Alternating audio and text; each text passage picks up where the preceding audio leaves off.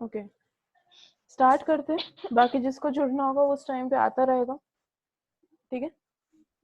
आज का जो हमारा टॉपिक है वो है आपका यहाँ पे जो हमने कल ईओक्यू पढ़ रहे थे, इकोनॉमिक ऑर्डर क्वांटिटी, उसके बारे में और डिटेल स्टडी करेंगे, उसका कॉन्सेप्ट और एक उसका जो न्यूमेरिकल क्वेश्चन है वो करने की कोशिश करेंगे, देखेंगे कि किस तरीके से क्वेश्चन को सॉल्व किया जा रहा है। साथ ही साथ मैंने कल बोला था कि ईओक्यू के जो भी क्वेश्चन है आपके बुक में, उसे सॉल्व करने के लिए कोई डाउट आया, आप लोगों ने सॉल्व किया उसको कि नहीं? नहीं किए?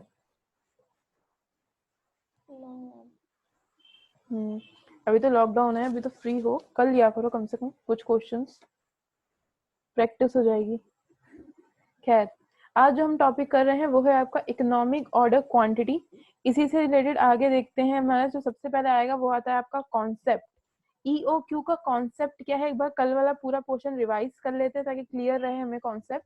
तो इसमें सबसे पहले आता है कि जब मान लीजिए हमें कोई चीज खरीदनी होती है मार्केट से, हम चाहे परचेज करने, कोई यूनिट ही परचेज करने क्यों नहीं जा रहे हैं, तो एक सेकेंड, कोमल सिंह एग्जिट हो गई हैं। तो क्या होता है कि जब हम कोई सामान खरीदने जा रहे होते हैं उस टाइम पे डिसीजन लेना बहुत इंपॉर्टेंट है कि आपकी मार्केट से आपको कितना सामान लेके आना है, मतलब कि ऑर्डर जो प्लेस किया जा रहा है उस प्लेस ऑर्डर की क्वांटिटी कितनी होगी, ये यहाँ पे सबसे पहले देखने वाली चीज होती है। कॉन्सेप्ट यही है कि डिसीजन लेना होता है कि how much to order has great significance in inventory management.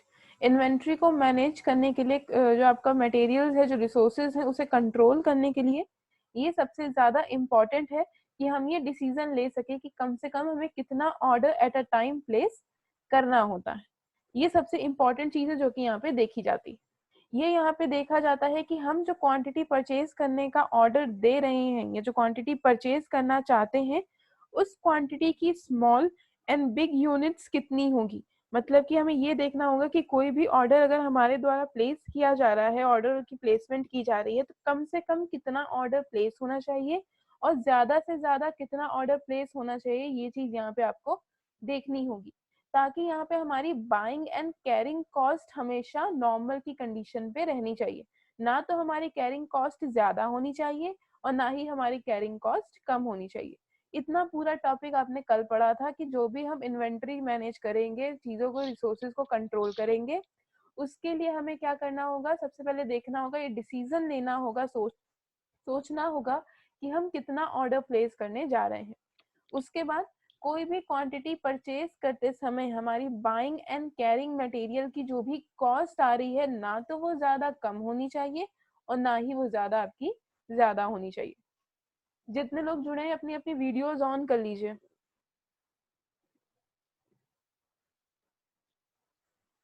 अपनी वीडियो ऑन कर लीजिए।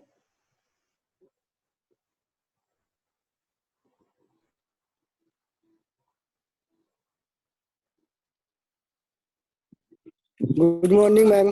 Good morning. ठीक है, अब देखते हैं इसी चीज की हम आगे बात करते हैं, आगे इस कॉन्सेप्ट में क्या बताया जाता है आपका। तो इसके बाद हम लेंगे एक एग्जाम्पल, लेंगे एक क्वेश्चन लेंगे, उसके बाद देखेंगे कि उस क्वेश्चन को किस तरीके से सॉल्व आपका किया जा रहा है। तो क्वेश्चन है आपका, demand for the child cycle at best buy is 500 unit per month. मतलब कि सबसे पहले हम देख रहे हैं कि हम जो यूनिट परचेज कर रहे हैं, और यूनिट क्या परचेजिंग हो रही है, आपकी साइकिल की परचेजिंग हो रही है।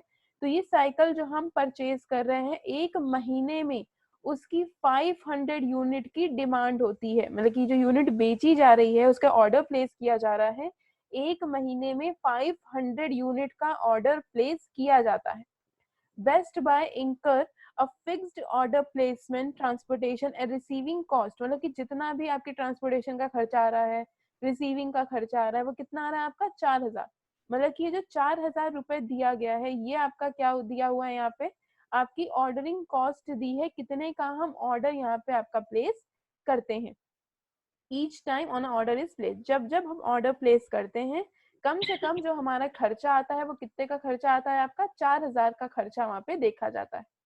उसके बाद कहता है ईच साइकिल कॉस्ट ₹500।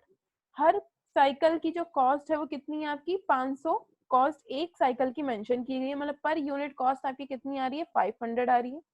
उसके बाद रिटेलर की जो होल्डिंग कॉस्ट है वो है आपकी 20%। अब देखो ईओक्यू के जो क्वेश्चन है वो दो तरीके से आते हैं। पहला, या तो वो ये मेंशन करता है कि ऑर्डरिंग कॉस्ट परसेंटेज में दिया होगा, जैसे कि इस क्वेश्चन में दिया 20%, या तो डायरेक्टली लिखा होगा कि 30 रुपए है, 40 रुपए, मतलब कि इन अमाउंट दिया होगा। तो जो क्वेश्चन अमाउंट में दिया होगा उसको तो हम डायरेक्ट होल्डिंग कॉस्ट के रूप में लिख देंगे। लेकिन अगर क्वेश्चन में परसेंटेज गिवन है, जैसे कि इसमें दिया होल्डिंग कॉस्ट आपकी 20% है, तब उसको कैसे इवेलुएट किया जाएगा, उसकी कैसे कैलकुलेशन की जाएगी, अब हमें यहाँ पे वो चीज देखनी होगी। इसके बाद कहता है कि आपको ईओक्यू यहाँ पे निकालना है। क्वेश्चन में दिया क्या है सबसे पहले वो देख लेते हैं। यहाँ पे क्वेश्चन में जो आपको दिया है, सबसे पहले फॉर्मूला हम यहाँ पे अप्लाई करेंगे, जो कि फॉर्मूला था आपका 2AO/C। ए का मतलब है एनुअल कितनी यूनिट का ऑर्डर प्लेस किया जाता है, ओ का मतलब है आपकी ऑर्डरिंग कॉस्ट कितनी आती है, और सी का मतलब है आपकी कैरिंग कॉस्ट, मतलब कि आपकी होल्डिंग कॉस्ट कितनी आती है, वो चीज यहाँ पे लिखी जाती है। क्वेश्चन में जो दिया गया है वो सबसे पहला दिया गया है यूनिट पर मंथ। एक महीने में हम कितनी यूनिट यूज करते हैं, 500 यूनिट का ऑर्डर एक महीने में देते हैं, ये सबसे पहले क्वेश्चन में लिखा गया था। लेकिन हमें यहाँ पे क्या चाहिए, ए चाहिए। ए का मतलब क्या होता है, पूरे साल में कितने का ऑर्डर प्लेस किया जाता है। ये निकालने के लिए हम क्या करेंगे, एक महीने का 500 यूनिट, तो पूरे साल में हम कितना ऑर्डर करते होंगे, 500 इंटू 12 मल्टीप्लाई कर दिया जाएगा, तो यह है आपका 6000 यूनिट का ऑर्डर आपका एक साल में प्लेस किया जाता है। मतलब ए की वैल्यू कितनी हो गई आपकी, 6000 यूनिट्स हो गई। उसके बाद दिया हुआ है ऑर्डरिंग कॉस्ट, ये देखो यहाँ लिखा है ट्रांसपोर्टेशन की, रिसीविंग की, ये सब जो भी कॉस्ट आई है ये आपकी 4000 रुपए आती है। तो ऑर्डरिंग कॉस्ट कितनी हो गई आपकी, 4000। उसके बाद आपको होल्डिंग कॉस्ट, मतलब कि जो आपकी कैरिंग कॉस्ट है, जो सी है, वो कैसे दिया हुआ है, 20% होल्डिंग कॉस्ट है। मतलब कि जो हम होल्ड कर रहे हैं यूनिट, वो 20% यूनिट्स होल्ड करते हैं। अब देखो यहाँ पे हम यूनिट्स की जो एक यूनिट जो हम खरीदते हैं, एक साइकिल जो खरीदते हैं, उसकी कीमत है 500। तो अगर 20% खरीदते होंगे तो कैसे करेंगे, 20 को मल्टीप्लाई कर देंगे 500 से, तो आपकी टोटल होल्डिंग कॉस्ट आ जाएगी। अगर परसेंटेज में दिया है तो जो परसेंटेज गिवन है उसको हमें क्या करना होगा, एक यूनिट की प्राइस से मल्टीप्लाई करना होगा, तो आपकी होल्डिंग कॉस्ट या कैरिंग कॉस्ट निकल के आ जाती है। इसी को अगर हम अप्लाई करते हैं, यहाँ पे फॉर्मूला अप्लाई अगर किया जाता है, तो सबसे पहले देखो जो 2AO लगाना था हमको, जो 2AO लिखना था, 2 का वैसे का वैसा रहेगा। ए कितना है आपका, 6000, कैसे आया, 500 का ऑर्डर एक महीने में दिया जाता था, 500 यूनिट का, 12 महीने में इतना हो गया, 6000 ऑर्डर दिए गए। उसके बाद ऑर्डरिंग कॉस्ट कितनी आई आपकी, ऑर्डरिंग कॉस्ट है 4000, तो ये 4000 से यहाँ पे मल्टीप्लाई कर दिया जाएगा। उसके बाद आपका यहाँ पे नीचे हमें लिखनी थी कैरिंग कॉस्ट। तो कैरिंग कॉस्ट के लिए क्या करेंगे, आपकी यूनिट आ रही, होल्डिंग कॉस्ट है 500, मतलब एक यूनिट की कॉस्ट है 500, और परसेंटेज कितना दिया है 20, इसको मल्टीप्लाई कर दिया जाएगा। इसको अगर हम सॉल्व करते तो आता है आपका अंडर रूट 4800, जिसका अंडर रूट रिमूव करने के बाद आंसर है आपका 69.3। इतनी यूनिट्स खरीदी जाएगी। अब देखो यूनिट्स कभी भी पॉइंट में तो परचेजिंग की नहीं जाती है, तो क्या होगा आपका टोटल ओवरऑल निकालेंगे तो 69 यूनिट्स की परचेजिंग होगी, जो कि आपकी ईओक्यू है। मतलब कि एक बार में जो एफिशिएंट ऑर्डर प्लेस किया जाना चाहिए वो कितना होना चाहिए आपका, 69 यूनिट्स का ऑर्डर प्लेस होना चाहिए। इस क्वेश्चन में ईओक्यू के फॉर्म जो क्वेश्चन लगाया गया, इसमें किसी तरह का कोई डाउट है?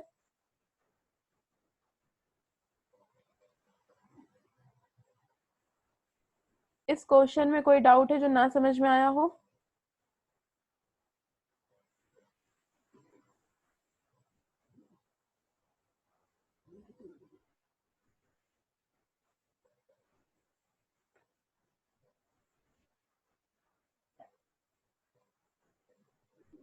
आवाज क्लियर आ रही है?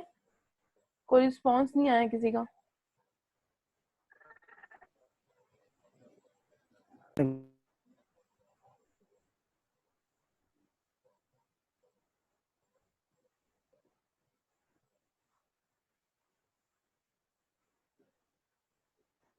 कोई डाउट है तो बताएं, तो इस क्वेश्चन को दोबारा से एक्सप्लेन करें।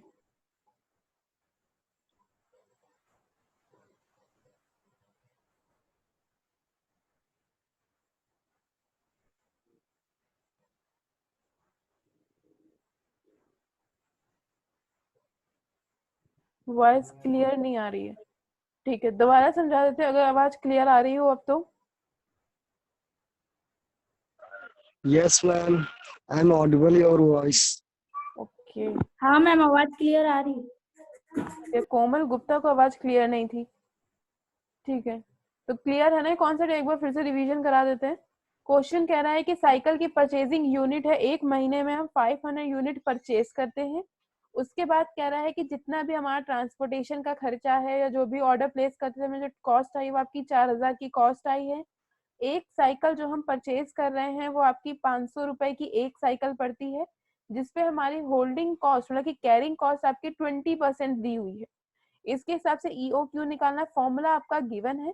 उसके अकॉर्डिंग क्वेश्चन में जो जो चीज दी गई थी हमने वैसे लिख दिया। एक महीने में 500 यूनिट होती है तो पूरे साल में 6000 यूनिट हम प्लेस करते हैं।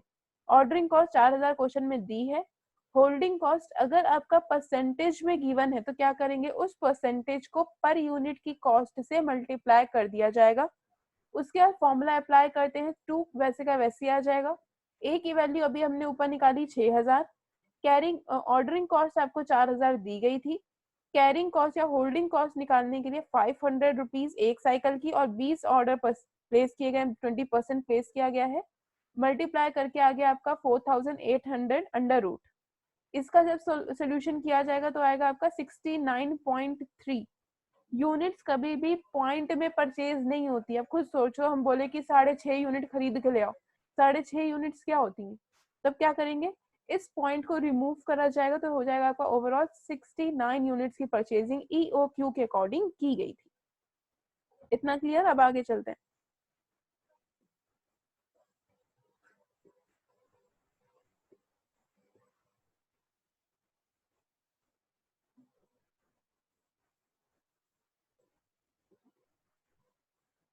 अब बात करते हैं मटेरियल कॉस्ट के और यूनिट्स की और फॉर्मुलेस की कि किस तरीके से उन्हें निकाला जाना है और फॉर्मूले कैसे अप्लाई किए जाते हैं। मेनली फॉर्मूला क्या है इस वीडियो में आप ये देखेंगे क्लास में, ठीक है।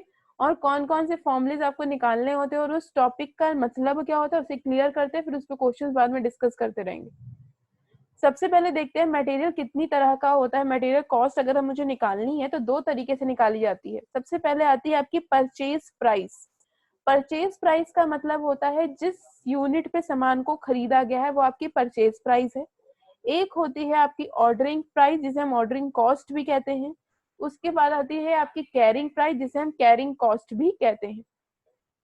अब देखते हैं इनका मतलब क्या होता है। परचेज प्राइस का मतलब है cost invest on purchase material. सिर्फ रॉ मटेरियल को खरीदते समय हमने कितनी कॉस्ट उसमें इन्वेस्ट की है, कितना पैसा उसमें इन्वेस्ट किया गया है, उसे हम क्या कहते हैं, आपकी परचेज प्राइस कहते हैं। मटेरियल की बात करें तो ऑर्डरिंग प्राइस के अंदर आता है आपका cost associated with purchase of material. मतलब कि मटेरियल की परचेजिंग के अलावा मैंने जितना भी एडिशनल खर्चा किया है वो सब किसके अंदर आ जाएगा, आपका ऑर्डरिंग प्राइस के अंदर आएगा। कैरिंग प्राइस क्या होता है या कैरिंग कॉस्ट क्या होता है, वो कॉस्ट जो कि मुझे होल्ड करने पे लगी है। एग्जाम्पल से समझते हैं।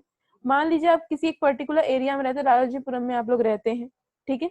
आपको कोई बुक परचेज करनी है, वहां पे वो बुक मिल नहीं रही है जिसकी कॉस्टिंग 500 रुपीज, एक बुक की कीमत 500 रुपए थी, ठीक है।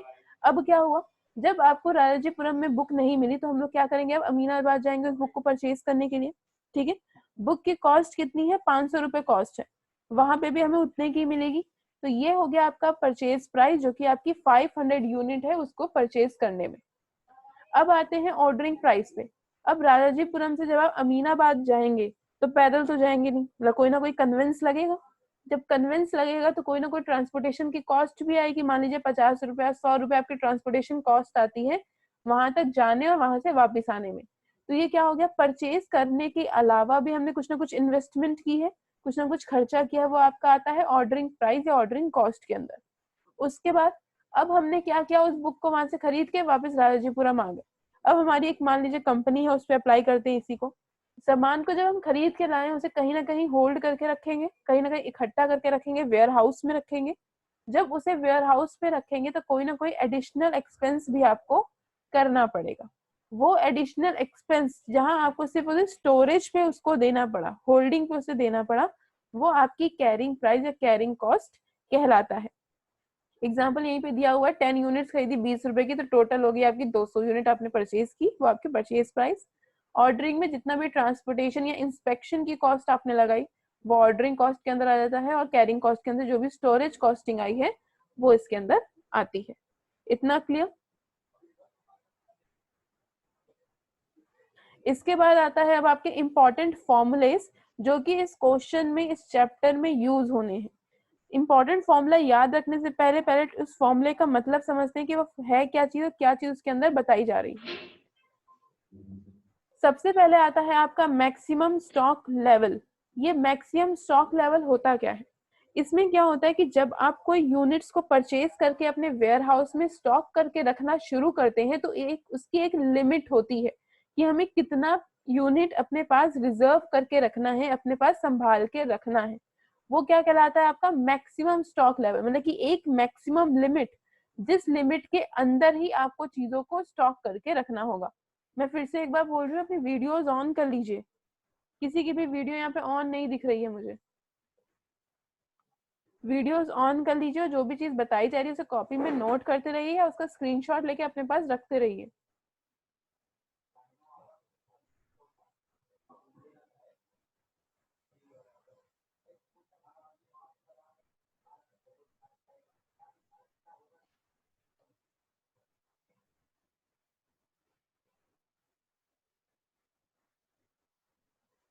वीडियो ऑन करना जरूरी है क्योंकि यहाँ पे मुझे उसकी रिपोर्ट देनी पड़ती है जितना भी यहाँ पे करवाया गया है।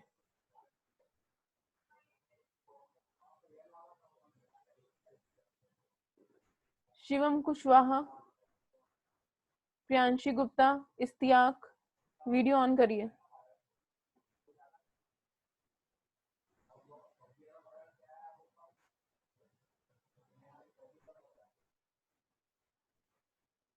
ठीक है, अब देखिए इसमें क्या हो रहा है आपका मैक्सिमम स्टॉक लेवल। क्या होता है? जब हम अपनी गोडाउन में या अपने वेयर हाउस में सामान को स्टोर करना शुरू करते हैं, सामान को जब हम स्टोर करते हैं तो उसकी एक मैक्सिमम लिमिट होती है कि हमें सिर्फ उतना ही सामान रखना है जो टाइम के अंदर खराब ना हो।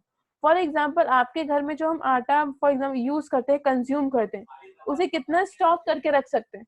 स्टॉक करने के लिए हमें कितना रखना, मान लीजिए 5 किलो या 10 किलो हमने स्टॉक करके रखा। इन केस अगर हम ज्यादा रखेंगे तो कुछ टाइम के बाद वो खराब हो जाएगा, उसकी वेस्टेज हो जाएगी, हम उसका यूटिलाइजेशन सही तरीके से नहीं कर पाएंगे। तो उसके लिए हमें ये सोचना सबसे ज्यादा जरूरी है कि आपके मैक्सिमम स्टॉक का लेवल या उसकी लिमिट क्या होनी चाहिए।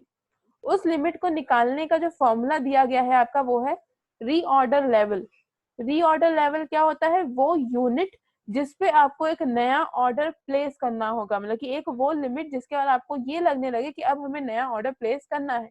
फॉर एग्जाम्पल आपने 5 किलो आटा अपने पास रिजर्व करके रखा, ठीक है, यूज कर रहे हैं, कंजम्पशन चल रही है, कंजम्पशन चल रही है। जैसे ही वो 1 किलो के आसपास बचता है, हमारी मम्मी बोलने लगती है कि ऑर्डर प्लेस करो, नया आटा लेकर आना, आटा खत्म हो रहा है। ऐसा कभी नहीं होता जब पूरी तरह से खत्म हो जाए तब उसको खरीदा जाए, ठीक है।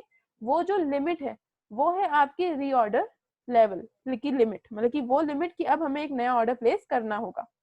रीऑर्डर क्वांटिटी, अब कितनी क्वांटिटी का ऑर्डर हमें फिर से प्लेस करना है, नई ऑर्डर कितना हमें प्लेस करना है, वो आपका रीऑर्डर क्वांटिटी के अंदर आ जाता है।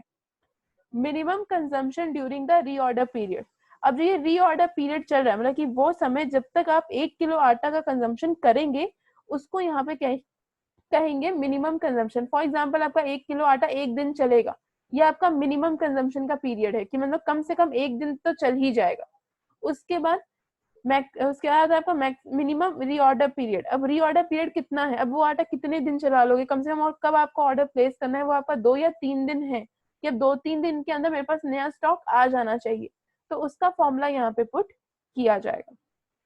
ये आपका मैक्सिमम स्टॉक लेवल का फॉर्मूला है। आपको क्या करना है, सिर्फ फॉर्मूला लर्न करना है। क्वेश्चन में सारी डिटेल दी गई होगी, उस डिटेल के अकॉर्डिंग सिर्फ आपको यूज करना है, उस फॉर्मूले को वहां पे पुट करना होगा। इसके बाद फिर से आता है आपका ये रीऑर्डर लेवल कैसे निकाला जाता है, मतलब कि वो लिमिट कैसे निकाली जाएगी जब मुझे पता होगा कि मुझे अपना एक न्यू ऑर्डर प्लेस करना है। इसका जो फॉर्मूला है वो है आपका सबसे पहले मैक्सिमम कंजम्पशन, हम कितनी करते हैं उसकी मैक्सिमम कंजम्पशन क्या है, इनटू मैक्सिमम रीऑर्डर पीरियड, और वो टाइम क्या है कि अब बस हमें ऑर्डर प्लेस करना है, उसका मैक्सिमम रीऑर्डर पीरियड क्या है उसके हिसाब से निकाला जाएगा। दूसरा फॉर्मूला है आपका minimum level, plus consumption during the required of the fresh supply, मतलब कि वो कंजम्पशन जब तक फ्रेश सप्लाई आपके पास नहीं आ जाती उस कंजम्पशन को यहाँ पे मिनिमम लेवल से ऐड करके इसको रीऑर्डर लेवल का फॉर्मूला पुट किया जा सकता है। क्वेश्चन में सारे फॉर्मूले आपको गिवन होंगे, बस आपको उठा के वहां पे पुट करना होगा।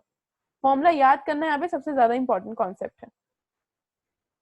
इसके बाद एक फॉर्मूला आता है सेफ्टी स्टॉक का। रीऑर्डर लेवल निकालने का एक और तरीका दिया गया है safety stock plus consumption during the lead time. Lead time का होता है वो मिनिमम पीरियड कि अब आपको नया ऑर्डर प्लेस करने का टाइम आ चुका है, एक डेंजर समय आ चुका है कि अब नया ऑर्डर प्लेस करना होगा, उसके लिए हम वर्ड यूज करते हैं लीड टाइम। नेक्स्ट फॉर्मूला आता है नॉर्मल रीऑर्डर पीरियड, मतलब कि एवरेज रीऑर्डर पीरियड निकालने का क्या फॉर्मूला है आपका, मैक्सिमम रीऑर्डर पीरियड, मतलब कि कब तक आप उस समय 1 किलो आटे को मैक्सिमम चला सकते हैं, मान लीजिए 3 दिन तक आप मैक्सिमम चला सकते हो, उससे ज्यादा नहीं, और मिनिमम 1 दिन, उन दोनों को ऐड करके 2 से डिवाइड कर देंगे तो नॉर्मल या एवरेज रीऑर्डर पीरियड कैलकुलेट कर लिया जाता है। उसी के साथ अगर मुझे निकालना हो कि मिनिमम स्टॉक लेवल क्या है, अब वो स्टॉक जो मुझे कम से कम अपने पास as a security as a safety रखना होगा, एक लिमिट सेट। अभी देखो मैक्सिमम में था कि हम मैक्सिमम कितना रख सकते हैं, 10 किलो रख लिया, 15 किलो रख लिया, वो एक मैक्सिमम लिमिट है। उसी तरीके से एक मिनिमम स्टॉक लेवल की भी एक लिमिट होती है कि अब इससे कम नहीं होना चाहिए, वो एक लिमिट यहाँ पे सेट की जाएगी।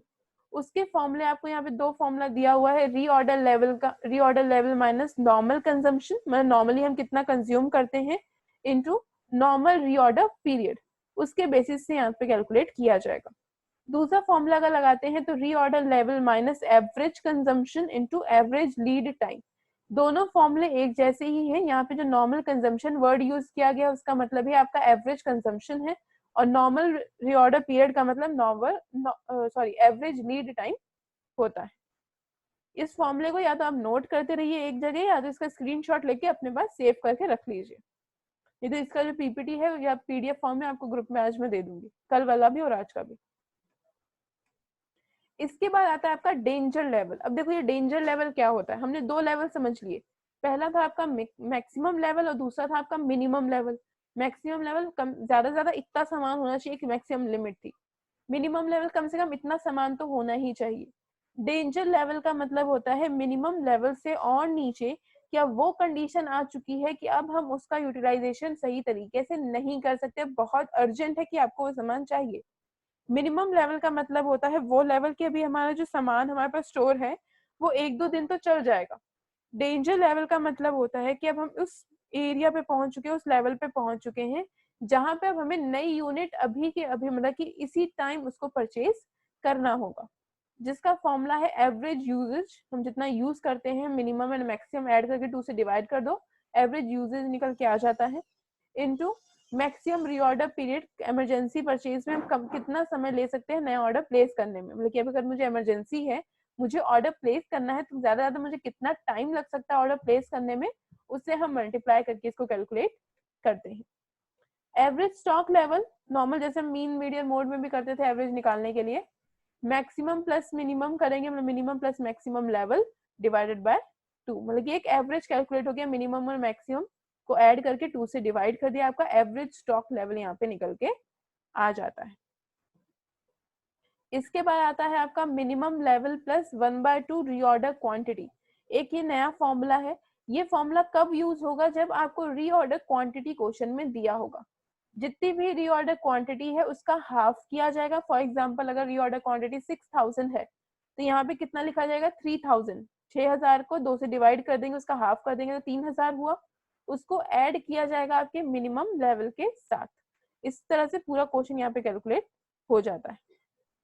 अब जो लास्ट आता है वो आता है आपका EOQ। एक ओवरव्यू ले लेते हैं क्या इसके अंदर बताया गया है। EOQ का डायरेक्ट फॉर्मूला जो यूज करते हैं 2AO/C। ए का मतलब annual consumption of raw material, O का मतलब ऑर्डरिंग कॉस्ट पर ऑर्डर, और सी का मतलब है carrying cost per unit per annum.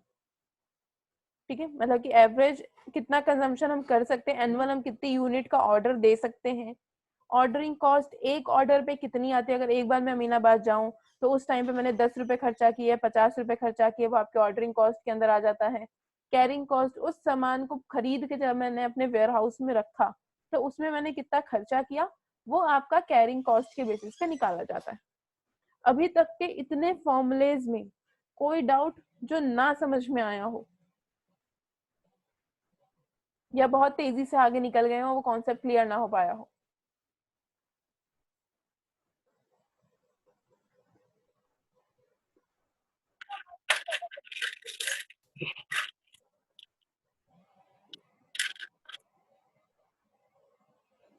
कुछ ऐसा जो बिल्कुल भी समझ नहीं आ रहा कि क्या कॉन्सेप्ट चल रहा है और इसके अंदर क्या बताया जा रहा है? ये वैसे भी मैं एक बार कॉलेज में करवा चुकी हूँ।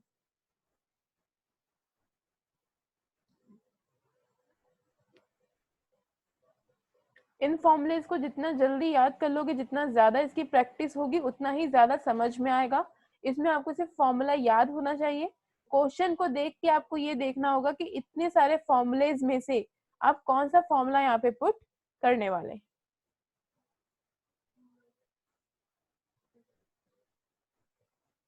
ठीक है, अभी मैं क्वेश्चन आपको पोस्ट कर रही हूँ टेलीग्राम पे। अभी 2 क्वेश्चन अभी आपको पोस्ट हो रहे हैं, उसको देखिए और उसको करने की कोशिश कीजिए इन्हीं फॉर्मूले के बेसिस पे। Excuse me ma'am. हाँ बोलो। मैम एक्चुअली मैं अभी क्वारंटीन हाउस का निरीक्षण करने पर हूँ, इसलिए अच्छा मैं यस मैम, इसलिए मैम मैं क्लास नहीं करने में असमर्थ हूँ, क्योंकि अभी हमारी कलेक्टर मैम यहाँ पे आ रही हैं। तो अच्छा। आपसे मैं यह अनुरोध करता हूँ कि हमें रिलीफ दें। ठीक है, तो कम से कम यूज नेटवर्क तो यूज कर ही सकते हो ना तुम? यस मैम, एक्चुअली मैम अभी थोड़ी देर में हमारी कलेक्टर मैम यहाँ पे आने वाली हैं। अच्छा मैम हमें इस समय फोन बंद रखना होगा। ठीक है, वैसे भी क्लास ओवर हो ही चुकी है। ठीक है, तो अभी मैं क्वेश्चंस टेलीग्राम पे दे रही हूँ, जब टाइम मिले आप देख लेना। वैसे जो लोग अभी कनेक्टेड हैं, जिनके ये प्रॉब्लम नहीं है, वो अभी आंसर मुझे पोस्ट करेंगे इसी time. Okay ma'am, okay. Question आपके टेलीग्राम थैंक यू पे मैम। पहुंच चुके हैं। ठीक,